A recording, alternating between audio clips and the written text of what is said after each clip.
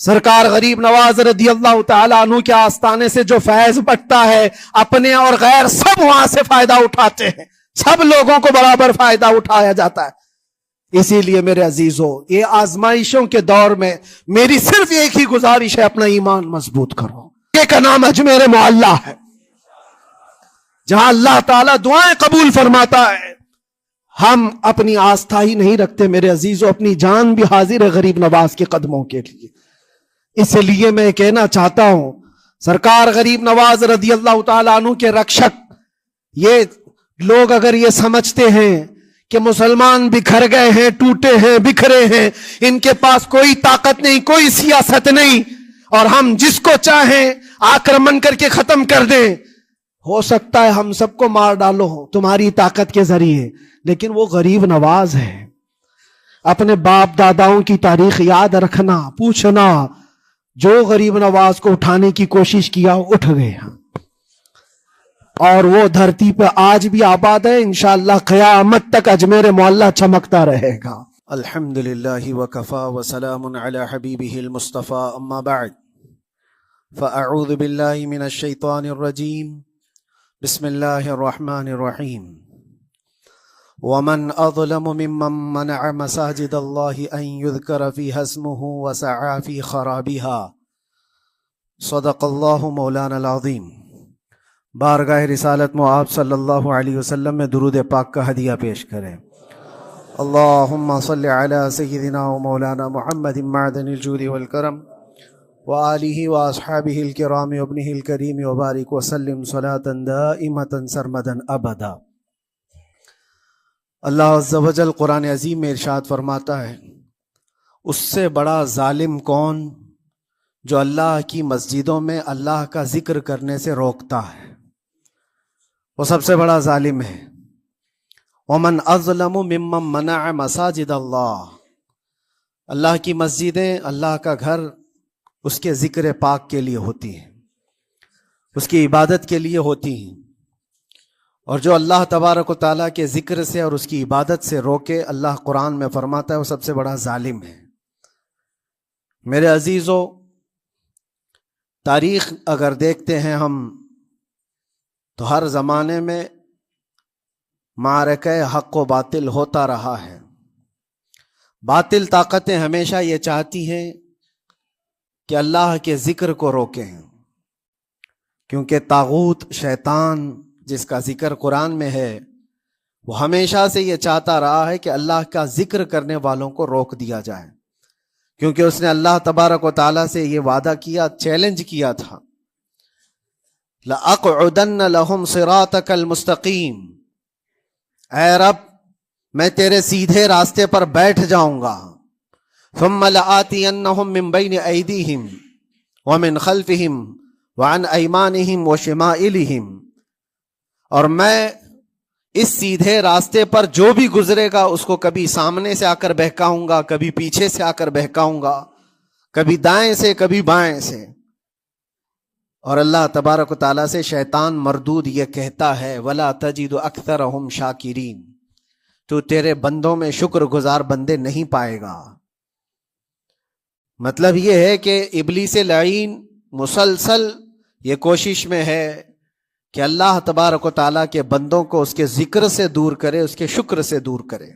آج بھی وہ کیفیت ہم دیکھتے ہیں کہ سب سے زیادہ اللہ کے ذکر سے روکنے کے لیے جو شیطانی طاقتیں کوشش کر رہی ہیں، مگر میرے عزیزو، یہ تمہارا امتحان ہے، تمہارا امتحان ایسا کہ کبھی یہ مت سمجھنا کہ تم خالی ہو، کیونکہ قرآن پاک اللہ تبارک و تعالیٰ 21ویں پارے میں فرماتا ہے، احسب الناس ان یترکوا ان یقولوا آمنا وہم لا یفتنون، کیا لوگ یہ گمان کر کے بیٹھے ہیں کہ وہ ایمان لے آئے تو ہم ان کو آزمائیں گے نہیں، یا ان کو چھوڑ دیا جائے گا؟ جو ایمان لایا ہوا بندہ ہے وہ آزمایا جائے گا۔ ایمان اگر تمہارے پاس ہے تو تمہیں امتحان سے بھی گزرنا ہی ہوگا۔ یہ ایمان کسی حلوہ پراٹھے کا نام نہیں ہے، کھا کر کے مست نیند سو جائے، پھر اسے اس دار فانی میں، اس دنیا میں امتحانات سے گزار کر کے اپنے ایمان کی کسوٹی کو دکھانا ہوگا. اسی لیے قرآن یہ بھی کہتا ہے کہ تمہیں کیسے کیسے آزمایا جائے گا. وَلَنَبْلُوَنَّكُمْ بِشَيْءٍ مِّنَ الْخَوْفِ وَالْجُوعِ وَنَقْصٍ مِّنَ الْأَمْوَالِ وَالْأَنفُسِ وَالثَّمَرَاتِ. ہم تمہیں آزمائیں گے کبھی بھوک سے، کھانے کی قلت سے، اور کبھی خوف سے، ڈر آئے گا تمہارے پاس. اور پھر اللہ تعالیٰ فرماتا ہے کبھی مال و دولت کی کمی سے، وَنَقْصٍ مِّنَ الْأَمْوَالِ وَالْأَنفُسِ، کبھی لوگوں کی جان چلی گئی ہو، کثرت سے تمہارے عزیز مر گئے، یہ بھی آزمائش ہے. اور پھلوں کی کمی. اللہ تعالیٰ فرماتے ہیں یہ 5 چیزیں ہیں جو تمہاری زندگی میں آئیں گی اور تمہیں آزمایا جائے گا، اور ان کمیوں کے وقت تمہارا ایمان دیکھا جائے گا تم کیا کہتے ہو. اور اللہ تعالیٰ فرماتا ہے جب کبھی تمہیں بھوک سے آزمایا جائے، خوف سے، ڈر سے آزمایا جائے، اور مال کی کمی سے آزمایا جائے، امتحان لیا جائے، تو اس وقت جو بندہ یہ کہتا ہے، اللہ فرماتا ہے انا للہ و انا الیہ راجعون. اللہ تعالیٰ فرماتا ہے ان لوگوں کو یہ بشارت ہے، ان صبر کرنے والوں کو یہ بشارت ہے کہ جب ان پر مصیبت آتی ہے تو یہ کہتے ہیں ہم اللہ ہی کے ہیں اور اللہ ہی کی طرف لوٹنے والے ہیں. یہ مصیبت کے وقت یہ جو 5 چیزوں سے آزمایا گیا ہے، ان آزمائش کے دور پر جو بندہ اللہ تبارک و تعالیٰ کی اس عطا پر راضی رہتا ہے وہ صبر کے ساتھ نکل گیا ہے. آج کے دور میں بھی میرے عزیزو بے شمار جانیں ہماری درمیان سے جا رہی ہیں. آپ کو اندازہ ہے موت اتنی عام ہو گئی ہے، اتنی عام ہو گئی ہے کہ اب لوگوں کو موت پر کوئی افسوس بھی نہیں ہوتا. ہر دن خبریں موت کی سرخیاں چھاپتی ہیں. 100-200 کی موت کوئی معنی نہیں رکھتی. آج فلسطین کے نہتے بچوں میں تقریباً 45,000 لوگ سال بھر میں مر گئے. 45,000 کوئی تعداد ہوتی ہے کہ نہیں ہوتی؟ اتنی بڑی جانوں کا جو نقصان ہے یہ آزمائش ہے. اور یہ جانوں کے ذریعے سے آزمائش تھی. مال کی کمی کی آزمائش تو ایسی ہے، ملک شام، یمن، بہت سارے ایسے ٹوٹے پھوٹے علاقے، عراق، جہاں پر لوگ کھانا اور دوائیوں سے جوجھ رہے ہیں اس طرح سے کہ وہ گھاس کھانے پر مجبور ہیں. بہت سارے ایسے علاقے جہاں پر چھوٹے بچے پھینکے ہوئے کچرے میں سے دانے چن کر کے کھا لیا کرتے ہیں. وہ اپنے پیٹ کی اس آگ کو بجھانے کے لیے دانے دانے کے لیے ترس رہے ہیں. یہ بھوک کی آزمائش ہے، مال کی کمی کی آزمائش ہے، جانوں کی آزمائش ہے. عزیزان گرامی وقار. اور پھر خوف کے ذریعے سے جو آزمائش ہے وہ ہم دیکھ رہے ہیں آج. خوف ظالموں کے ذریعے سے تم پر مسلط کیا جائے گا. ہر آدمی ڈرا سہما ہوا، ہر آدمی اپنے اندر ایک ڈر لیے بیٹھا ہے کہ نکلوں گا تو کیا ہو جائے گا. ان سب کے درمیان اللہ کی بارگاہ میں سجدہ ریز ہونے کا نام ایمان ہے. سب حالات ہوں گے اس طرح سے، اور انہی حالات کے درمیان جو بندہ اپنا سر جھکاتا ہے مولا کریم کی بارگاہ میں وہ ایمان والا ہے. آؤ اگر ایمان کی کمال کی مثال دیکھنا ہے تو کربلا کے میدان میں کون کون سی آزمائشیں تھی. بھوک کی بھی آزمائش ہے، پیاس کی بھی آزمائش ہے، جان کی بھی آزمائش ہے، خوف کی بھی آزمائش ہے. سب چیزیں ایک ساتھ کربلا کے میدان میں آئی. رسول اللہ کے گھرانے پر، اہل بیت پر وہ کیسا عظیم امتحان تھا جب وہ 72 لوگوں کا 82 لوگوں کا قافلہ بھوک اور پیاس سے جوجھ رہا ہو، 3 دن سے ان کے اوپر کھانا اور پانی بند ہو، اور ان شہزادوں کے ایمان میں ذرا برابر بھی فرق نہیں آتا. نہ ان کے ایمان میں، نہ حوصلے میں، نہ ہمت میں فرق آتا ہے. 3 دن کے بھوکے اور پیاسے باطل سے نپٹنے کے لیے کس طرح سے کمر بستہ ہے. یہاں تک کہ بھوک کی شدت ایسی تھی کلیجہ منہ کو آئے. 6 ماہ کا بچہ بھی روتے روتے زبان جس کی سوکھ گئی ہو، وہ ماں جو بچے کو دودھ پلاتی ہے اس کے سینے سوکھ چکے ہوں، دودھ ختم ہو چکا ہو ماں کے پستانوں میں، کیسی قلت ہوگی. پانی کا ایک قطرہ ان کے گھر تک نہیں پہنچ پاتا، ماں اپنے بچے کو دودھ نہیں پلا سکتی تھی. اس سے زیادہ کیا آزمائش تھی؟ یہ بھوک اور پیاس، یہ آزمائش. پھر جانوں کی آزمائش تو ایسی، اللہ اکبر، 56 سال کی عمر کا وہ شہزادہ عالی وقار، سیدہ کائنات فاطمۃ الزہرا کا نور نظر، امام عالی مقام سید الشہداء امام حسین رضی اللہ تعالیٰ عنہ، جب میدان کربلا میں لاشوں کو اٹھاتے تھے، کتنی لاشیں اٹھائی، کبھی بیٹے کی، کبھی بھتیجے کی، کبھی بھانجے کی، کبھی بھائیوں کی، کبھی عزیزوں کی. میاں ہم اپنے گھر سے نکلنے والے ایک جنازے کو اٹھاتے ہیں تو 8 دن تک ہمارے اندر سے ہوش نکل جائے. کوئی اپنے بچے کو اپنے ہاتھوں سے دفن کر کے دیکھے، پھر کیفیت پتہ چلتی ہے. امام حسین نے ایک نہیں اپنے لاڈلوں کی لاشیں اس طرح سمیٹی ہیں. ان کے جوان بیٹے علی اکبر کو جب شہید کر کے گھوڑے دوڑائے گئے تھے جسم کے اوپر سے، ٹکڑے الگ ہو چکے تھے، اس کو سمیٹتے ہوئے کون بیٹھا ہے؟ رسول اللہ کا نواسا. اور 6 ماہ کے بچے کو ہاتھ کے اندر ظالموں نے تیر سے ایسا مارا تھا کہ حلقوم پہ چلا گیا ہو. اور 6 ماہ کے علی اصغر کا خون جب امام حسین کے چہرے پر اچھل جاتا ہو، کسی باپ کے ہاتھ میں بیٹا وفات کر جائے اور پھر وہ لے کر کے خیمے میں آئے اور ادھر سے بلکتی ہوئی ماؤں کو اور بہنوں کو بھی دیکھے، ان میں بھی صبر کی تلقین دے. کبھی کبھار میں سوچتا ہوں، اللہ یہ کیسے امتحانات سے گزرا تھا فاطمہ کا لال، کیسے امتحانات سے. بھوک اور پیاس کی شدت الگ، یہ جانوں کی شدت، جانوں کے جانے کا غم الگ، عزیزوں کی لاشوں کو اٹھانے کا بوجھ الگ. پھر اس پر 22,000 کا لشکر جرار سامنے، اس کا خوف لوگوں کے اوپر ڈالا جا رہا ہے. عزیزان گرامی وقار، یہ سب چیزیں کیا امام حسین کے قدموں کو ڈگمگا گئیں؟ کیا ان کے خاندان والوں کو بکنے پر مجبور کر دی؟ کیا انہوں نے سمجھوتے کر کے اپنا سب کچھ بیچ ڈالا؟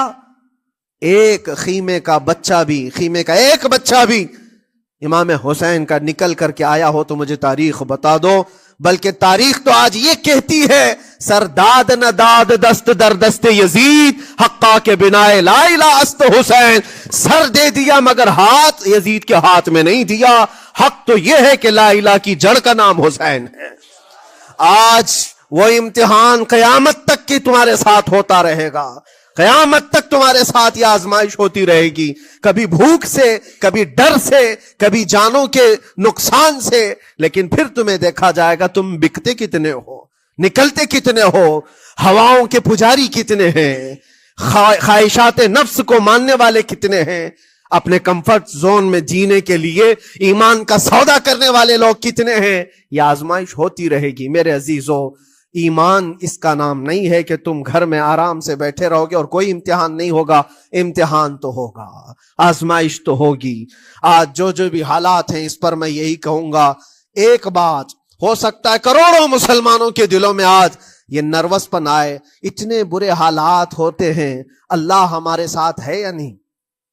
اللہ ہمارے ساتھ ہے یا نہیں؟ ایمان ہمارا صحیح ہے یا نہیں؟ اسلام صحیح ہے یا نہیں؟ یہ شک بھی شیطان تمہارے دل میں ڈالتا ہے.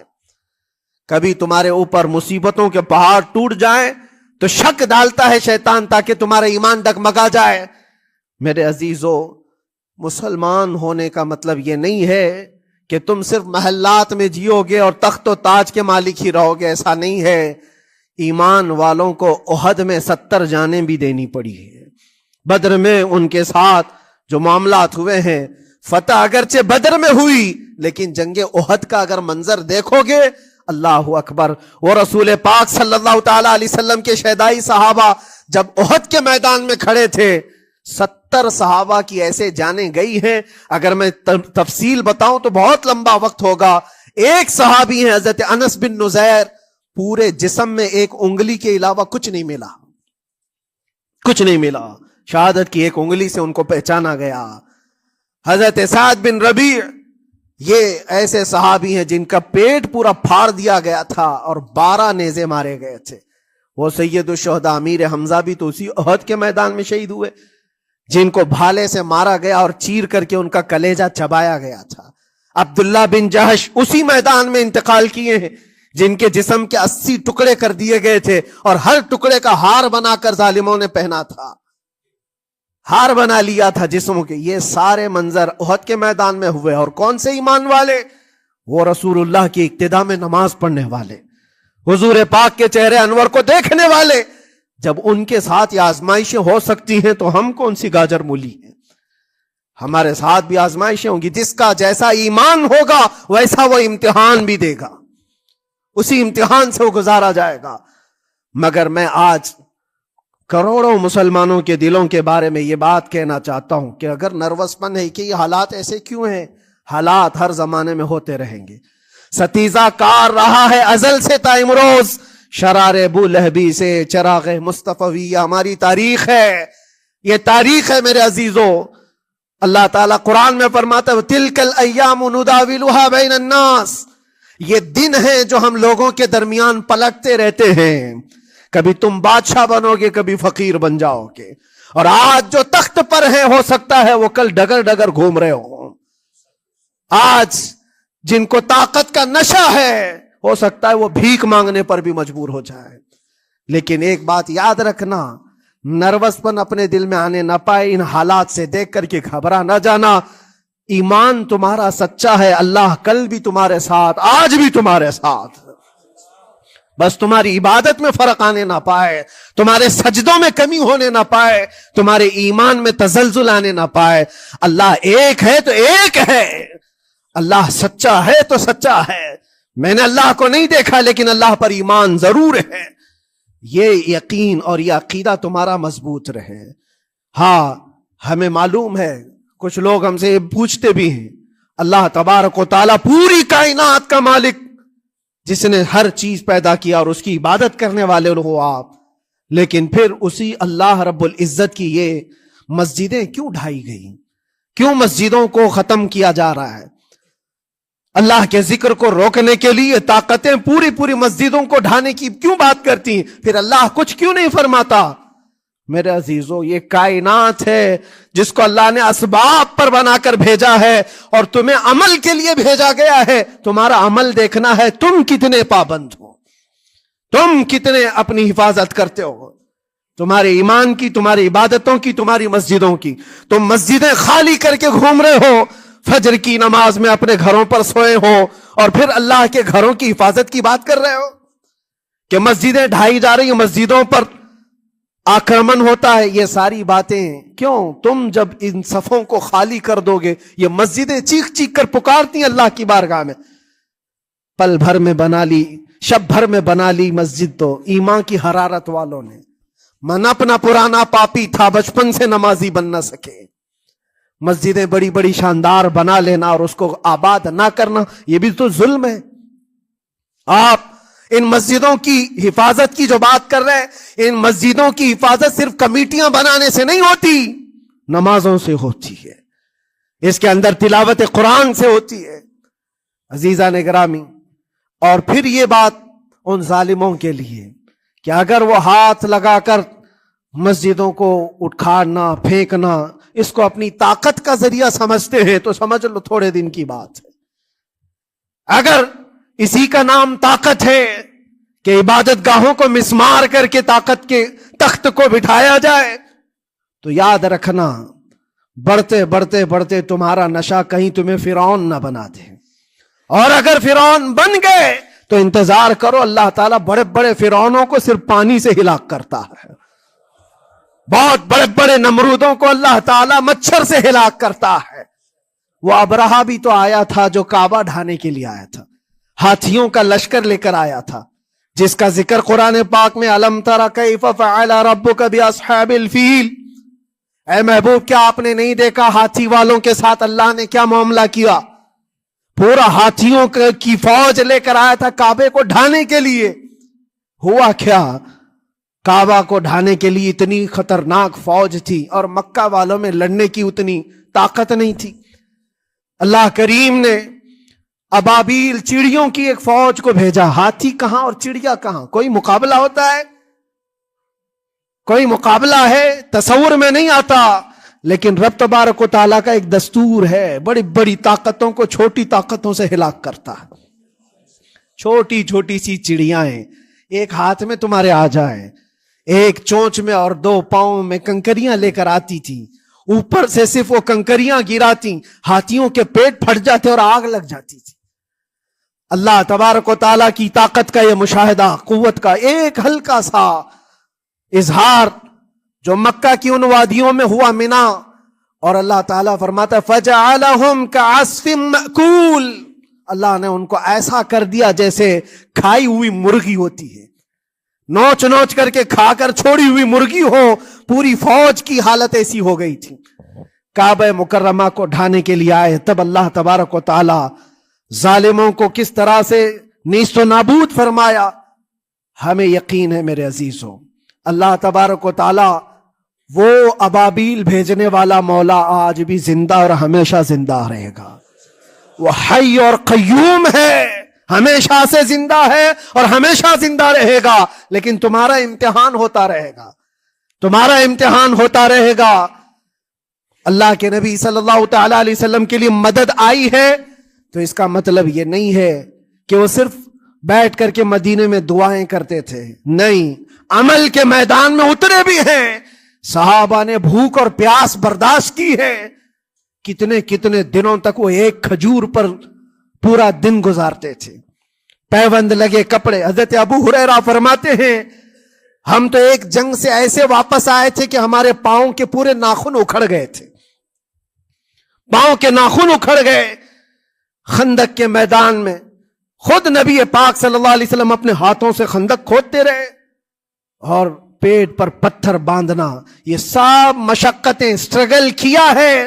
پھر اللہ سے یہ دعا کیا مولا تو اپنی مدد بھیج دے، تو اپنے رحم و کرم کی بارشیں برسا۔ اور ہم یہاں مست کھا پی کر کے پھر دعا کرتے ہیں مدد آ جائے۔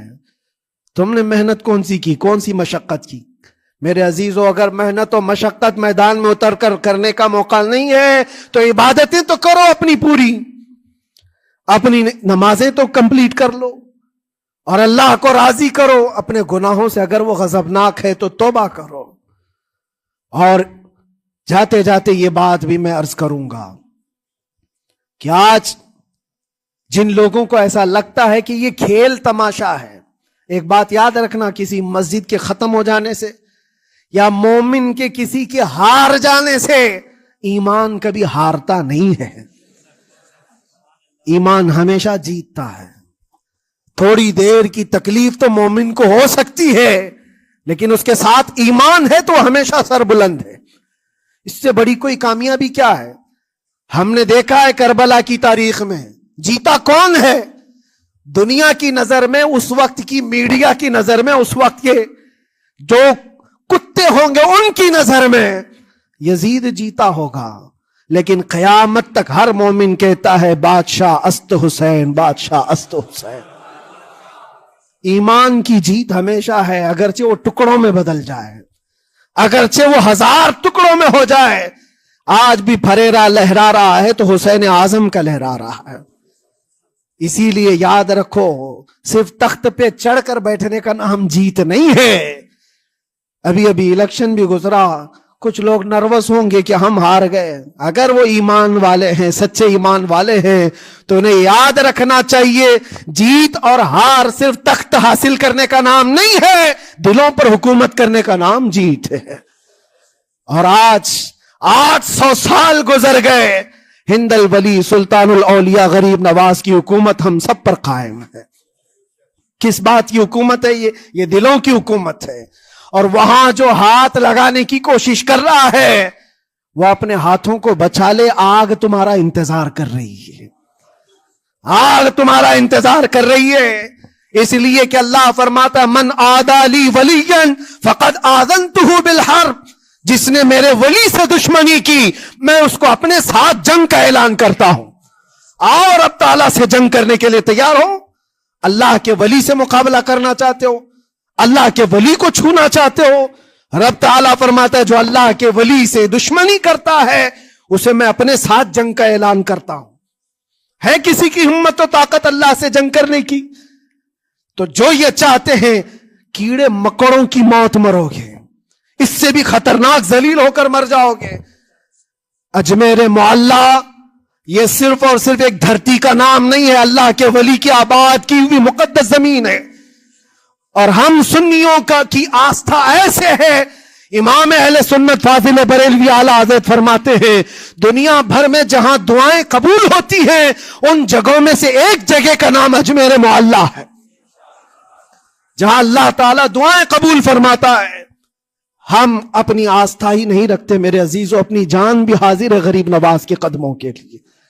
اس لیے میں کہنا چاہتا ہوں سرکار غریب نواز رضی اللہ تعالیٰ عنہ کے رکشک، یہ لوگ اگر یہ سمجھتے ہیں کہ مسلمان بکھر گئے ہیں، ٹوٹے ہیں، بکھرے ہیں، ان کے پاس کوئی طاقت نہیں، کوئی سیاست نہیں، اور ہم جس کو چاہیں آکرمن کر کے ختم کر دیں، ہو سکتا ہے ہم سب کو مار ڈالو تمہاری طاقت کے ذریعے، لیکن وہ غریب نواز ہے۔ اپنے باپ داداؤں کی تاریخ یاد رکھنا، پوچھنا، جو غریب نواز کو اٹھانے کی کوشش کیا اٹھ گئے، اور وہ دھرتی پہ آج بھی آباد ہے، انشاءاللہ قیامت تک اجمیر معلیٰ چمکتا رہے گا۔ سرکار غریب نواز رضی اللہ تعالیٰ عنہ کے آستانے سے جو فیض بٹتا ہے، اپنے اور غیر سب وہاں سے فائدہ اٹھاتے ہیں، سب لوگوں کو برابر فائدہ اٹھایا جاتا ہے۔ اسی لیے میرے عزیزوں، یہ آزمائشوں کے دور میں میری صرف ایک ہی گزارش ہے، اپنا ایمان مضبوط کرو، اپنا ایمان مضبوط کرو۔ جیسی بھی مصیبتیں آئیں، طاقتیں آئیں، تمہارا سجدے سے سر دور نہ ہونے پائے، اللہ سے غفلت ہونے نہ پائے، تمہارے ذکر و اذکار میں کمی ہونے نہ